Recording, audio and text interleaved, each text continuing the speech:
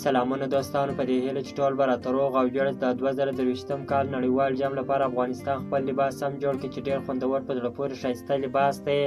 او افغانستان به په ټولو لوبو کې دغه یو لباس استعمالوي چې په 3 رنګه سره جوړ دی چې تور رنګ دی، سور رنګ دی او شین رنګ پکې کار شوی دی. د افغانستان کرکټ ملي لوبډله روان کال نړیوال جام سیالۍ لپاره هند ته 2 ورځې مخکې رسېدلې ده. ټاکل شوې ده چې د راتلونکي جمعې په ورځ به د نړیوال جام په خپله لومړۍ تمریناتي لوبه د سویلي افریقا سره وکړي